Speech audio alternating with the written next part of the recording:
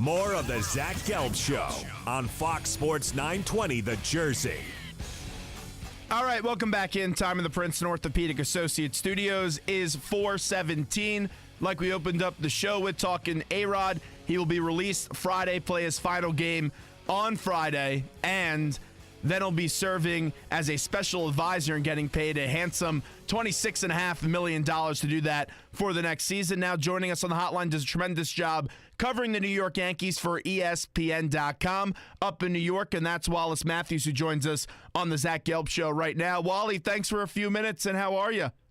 I'm good, Zach. How are you? I'm doing great, and thank you for coming on the show today. So we know that this has been a contentious relationship at times between A-Rod and the Yankees brass, and on the surface, it looks like this thing was able to end pretty amicably. Were you surprised by that yesterday? Not really, but I think you hit it on the head when you said on the surface. You know, I think it was pretty obvious that Alex is not on board with this. You know, he wants to play. But now instead of playing, he's playing along, if you know what I mean. I mean, he basically said, this is the organization's decision. You know, that's the cards I was dealt, and, you know, I'll deal with it. But, you know, it's up to him. He would have been in the starting lineup every day. Believe me, I had many, many conversations with this guy over the past month and a half, you know, about the benching and about the fact that he wasn't playing and about the fact that some of his teammates who had numbers just as bad as his were playing every day. So believe me, this does not sit well with Alex, but he is doing the right thing publicly, which I think is smart. With the Yankees, he's not in the same class in Yankees history as a Mariano Rivera or a Derek Jeter.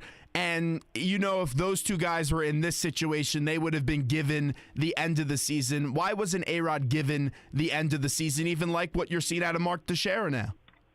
Well, a couple of factors. First of all, the Yankees haven't always been that charitable with their great stars. Let's not forget how they treated Jorge Posada to the end, how they treated Babe Ruth back in 1935. They basically booted him out in the middle of May, about 5 days after he hit 3 home runs in a game. So this is not unprecedented. But why they didn't give him to the end of the season, I think the obvious reason is because he doesn't play a position, you know, and he's pretty much taken up a roster spot. If they've made the determination that he can't hit anymore, you know, he really is no value to you because you can't put him at first base, you can't put him at third, you can't put him at shortstop. You know, those days are over. But, I mean, that being said, I think once they traded away Carlos Beltran, there was no reason for them not to insert him back in the DH spot and just give him a few days, 4 or 5 days in a row to play to see if he could still hit because, frankly, nobody hits when they play once a week. I knew this thing was over, especially, and I thought he was going to get the end of the year, but the first time I thought he was going to get released was when he didn't get an opportunity to play against Bartolo Colon, who he's owned his career. Well, yeah, that whole week was the turning point right there. First, not playing against Steven Matz. You know, the original story was, well, we're going to sit him against right-handers because he does better with left-handers. So then Steven Matz, a lefty, starts the game, and he doesn't start that. So that's not a good sign. That's a red flag. And then the next day, Bartolo Colon, as you mentioned, I mean, it wasn't a small sample size. We're talking about 52 at-bats where he was batting over 400. He had 8 home runs off him. I think his OPS is like 1.4 something. You know, he clearly owns the guy. And Bartolo himself said that he was surprised and happy. You know, he said basically, A-Rod's my daddy.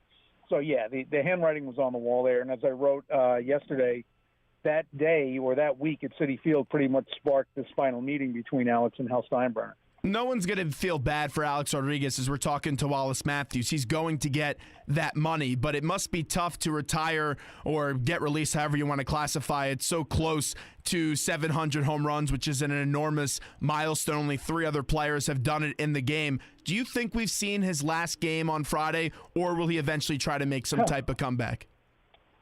That's a fabulous question. You know, I think if his phone rings Saturday morning and somebody offers him a DH position for the rest of the year, it's going to be really hard for him to refuse. I mean, you know, and the Yankees left the door wide open. You know, Brian Cashman said he can change his mind on this. He can sign this contract later on.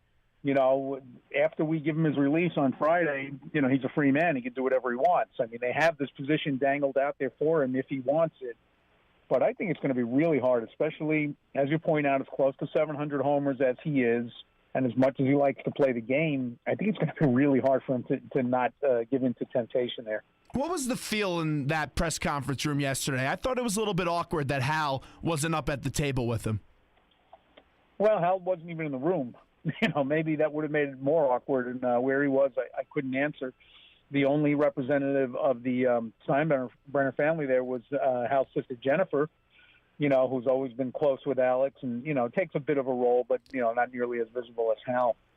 So I thought that was unusual, and Hal wasn't there. Also, the team president, Randy Levine, wasn't there, and he's had a, very contentious relationship with Alex through the years. They may have been trying to put across the feeling that this was, a happy occasion or a bittersweet occasion, but, a family thing with the Yankees, but not all the family was there. What type of reception did the teammates give him? I know they were at the press conference. They all had to be there, and I saw what Brett Gardner had to say. But what was that general feel in the clubhouse about this news? Surprised by a lot of them because basically this thing was kept under wraps to just about everybody. And I talked to a bunch of the guys. The only one who told me he knew anything at all was CC Sabathia, and he's pretty close with Alex. He said Alex had talked to him before just to tell him what he was going to do. But Brian McCann, Brett Gardner, Ellsbury, a whole bunch of guys told me that they had no idea, that they found out at the exact moment that the media found out, what it was all about. They were kind of somber, sitting there, and they all had good things to say about him because whatever you say about Alex, fans can find plenty of things, and the media can, my fellow media members, and I've said it myself, can find plenty of criticisms, but you never hear a word of criticism from Alex's teammates. There's always been a whole lot talked about the relationship with Alex Rodriguez and Derek Jeter. The minute when Ichiro Suzuki got his 3,000 hit yesterday, you had a statement from Derek Jeter. No statement so far from Jeter and A-Rod, right? Right away you got that statement. That. Yeah, it's. Yeah, I actually wrote something about that yesterday, and I'll have a column that'll go a little deeper into it tomorrow. But I thought that was pretty telling. That Jeter, listen, the likelihood is Jeter had something pre-written for Ichiro because this has been coming for a while. May not have been prepared to respond on Alex, but if you're going to laud a guy for being a great ex-teammate, don't forget he and Ichiro played together for 2 seasons, and he and Alex played actually next to each other in the same infield for 10 years. So I thought that was kind of unusual to say the least. No doubt about it, as we're talking to Wallace Matthews. So we all know Derek Jeter is going to be at Monument Park. We all know that. Will Alex Rodriguez get his day at Monument Park?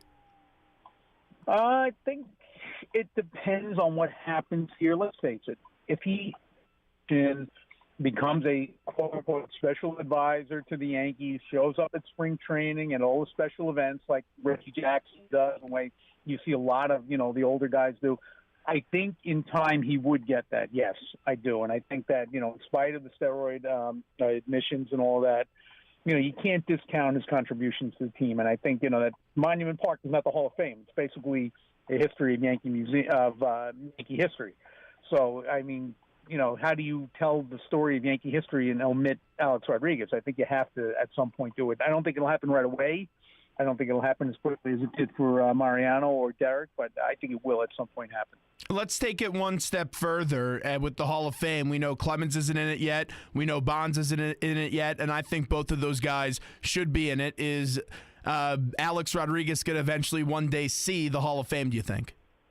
Well, he's not going to see it right away because, as we've seen with Bonds, Clemens, McGuire, the generation of writers, of which I am one, a lot of guys don't vote for proven steroid cheats, and I won't. And I've told Alex that, and he understands that, and he respects it. But what he's hoping for down the road is that there's a younger, more permissive crop of baseball writers who will basically say, hey, everybody was doing it. You can't keep this guy out, and eventually they'll all get in. He's also, I can tell you this, secretly kind of hoping that David Ortiz gets in because he thinks that will open the door for a lot of guys who have been suspected. And I don't condone what Alex Rodriguez did. We know he's a liar. We know he's a cheater. But with those numbers, I know the steroid era had happened, and baseball played a big role in enabling that to allow it to happen. But I just think that you can't just ignore that history. I've always been someone that, and I changed my stance on this over the course of the years, but as of late, I've always been someone that says I think you have to put a guy like Alex Rodriguez in. And maybe you put an asterisk on his plaque, I'm fine with that, but I just don't see how you exclude him from the Hall of Fame. That's just my opinion on it. You have to remember, his admission was that he started using steroids in 2001, which means 15 years of numbers that are suspect. A lot of numbers. I'm not saying, he wouldn't have hit 500 homers with steroids, clearly they help. I mean, that's not even an argument. There's not even a dispute with it anymore. They clearly make good players, better players, they great players, phenomenal players. It's just something about that. So if I can't trust the numbers, I can't vote for that. Fair enough. As we're talking to Wallace Matthews, we'll agree to disagree on that. Do you think this will be a hot ticket coming up on Friday for his final game? Wallace, you there? Can you hear us? I guess we lost him. Wallace Matthews was joining us on the Zach Gelb Show, Fox Sports 920 The Jersey. So that's what you have it. I still think that Alex Rodriguez needs to be in the Hall of Fame, as his cell phone started to crap out there at the end. But I do think that he needs to be in the Hall of Fame. Even though he's a cheater and he's a liar, I understand that. I had this conversation at length yesterday on Twitter. I just don't like how there are writers that ignore history. And as a public, we aren't stupid. We know what happened. And I don't like how we're just going to dismiss and not put in these guys in the Hall of Fame.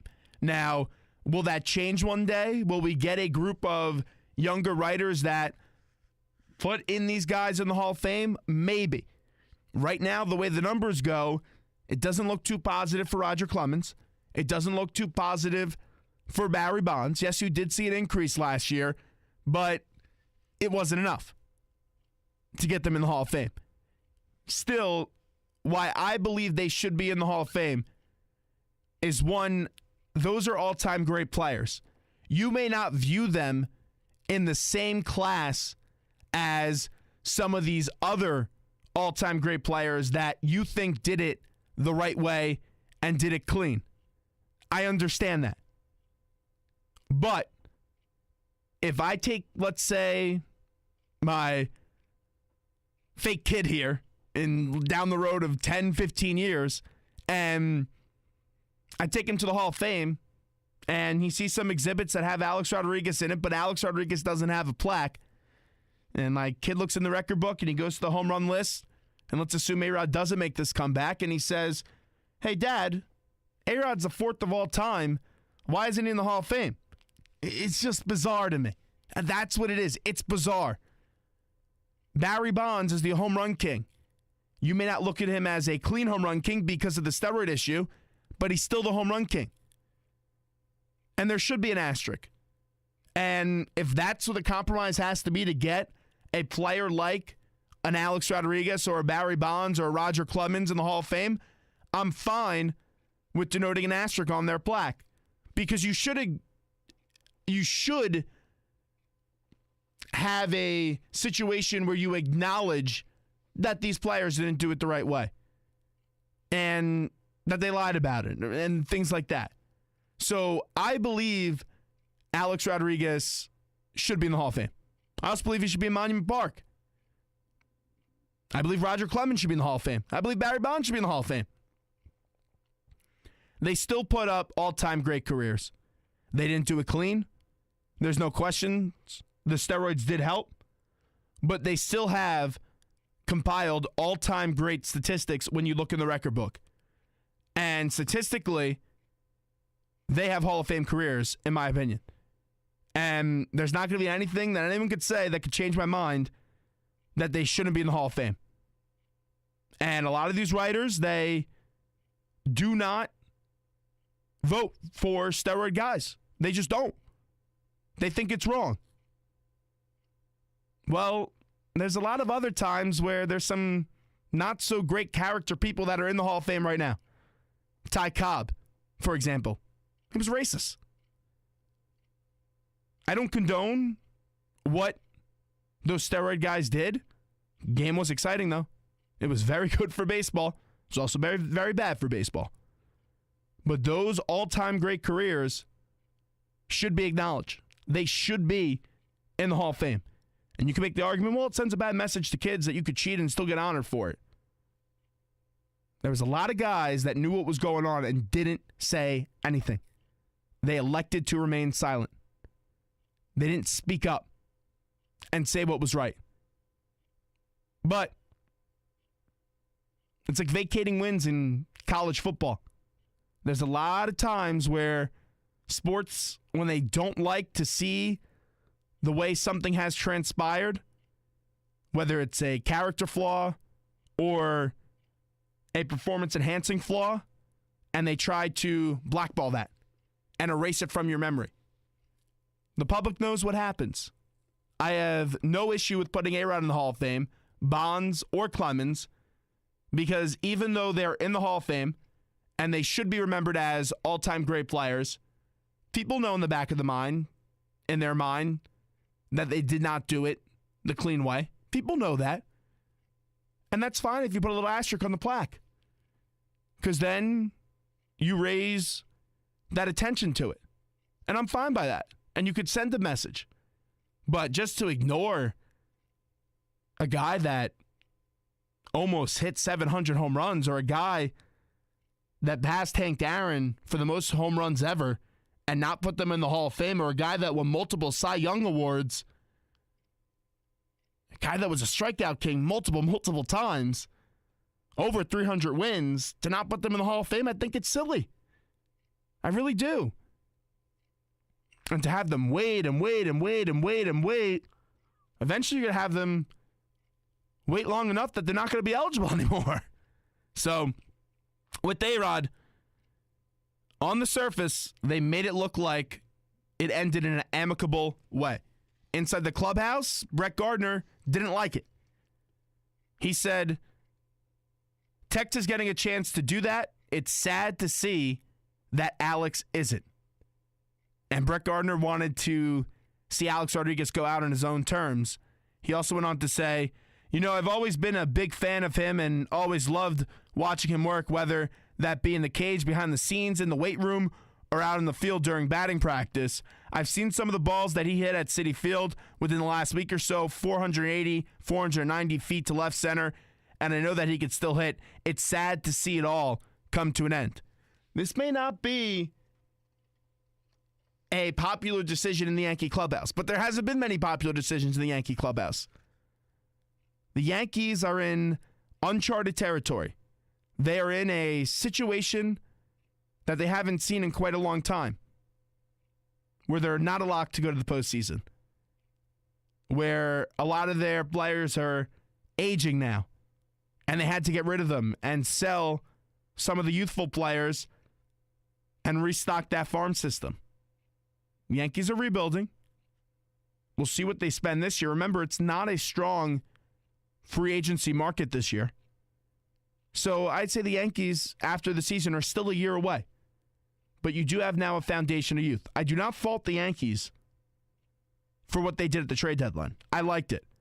I just don't really understand why you couldn't give A-Rod until the end of the season. If you weren't going to give him a whole lot of at-bats, that's fine.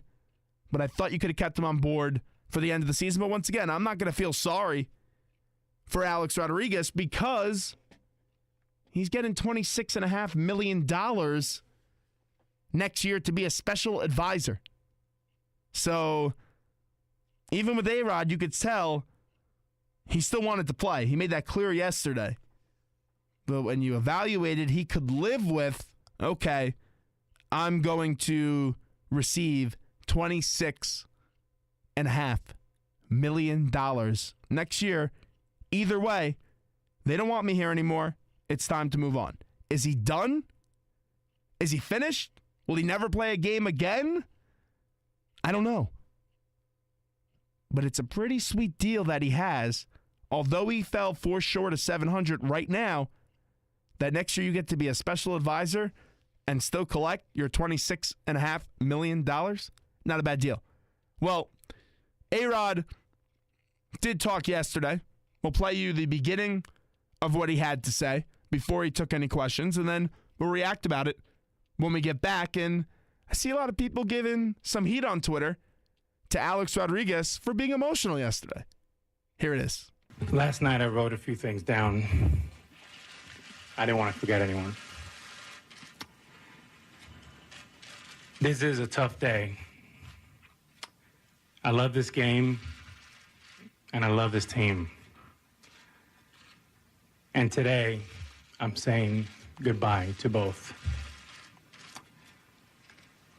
This is also a proud day. I was 18 when I broke into the big leagues.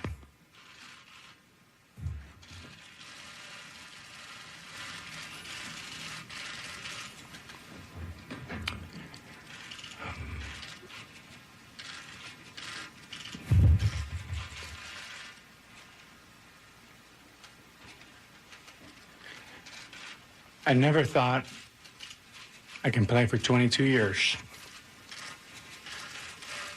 At 18, I just wanted to make the team.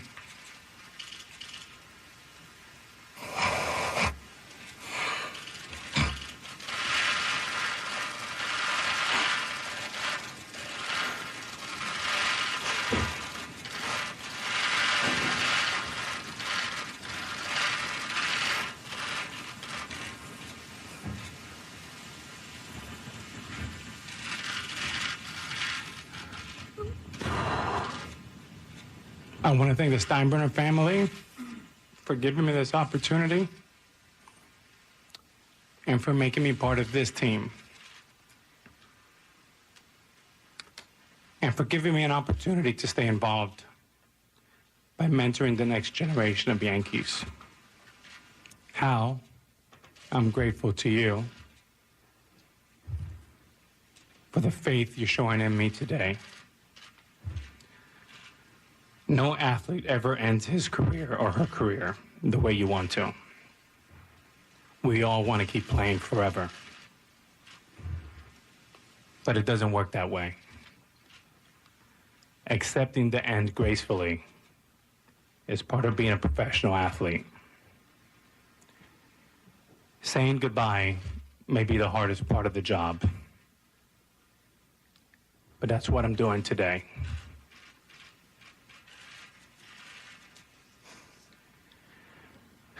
I want to thank Mom, who's watching at home, and my daughters.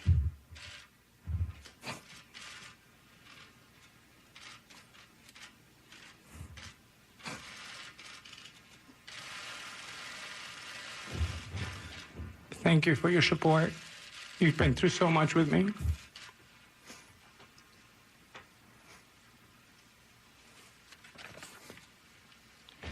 I want to thank my family, my friends, former managers, coaches, teammates, my teammates who are in the back today. I want to thank Commissioner Manfred for your support. And I especially want to thank the fans for letting me play the game that I love. Thank you. So there is Alex Rodriguez yesterday with this opening statement before he took questions, and A-Rod's clearly emotional. And I understand in the world of let's be a troll on Twitter and how many haters Alex Rodriguez has, that people are going to poke fun at him being very emotional.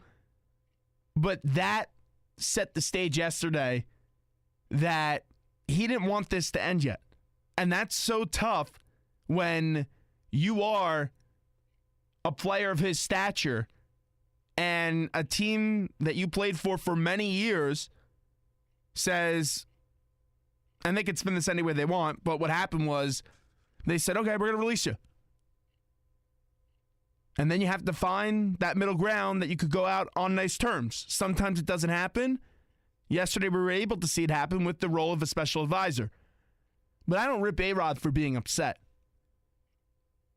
I'm sure everyone listening right now has something that they've emotionally put in so much blood, sweat, and tears and in something in their life that if they had to say goodbye to it or haven't said goodbye to it yet, that if they did eventually have to say goodbye to it, they would get clearly upset about it. I've had it in my life when I had to say goodbye to some things.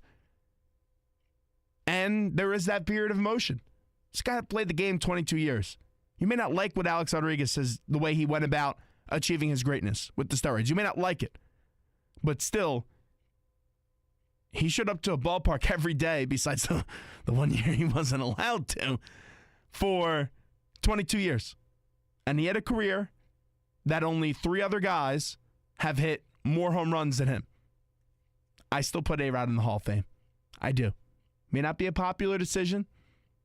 It's definitely one that has a great argument on sports talk radio and Also, Twitter and Facebook and all those kinds of social media, but I put him in the Hall of Fame. I don't ignore history. It didn't happen the right way, but I don't ignore history. And if you don't put him in the Hall of Fame, you are saying, yeah, let's not honor one of the all-time greats because he took steroids. We know that he took steroids. Still have to honor him because it happened. Zach Gelb Show, Fox Sports 920 The Jersey. We'll take a quick break. When we get back, we have to have an Olympic update. Do you care about the Olympics this year? We'll talk about that next.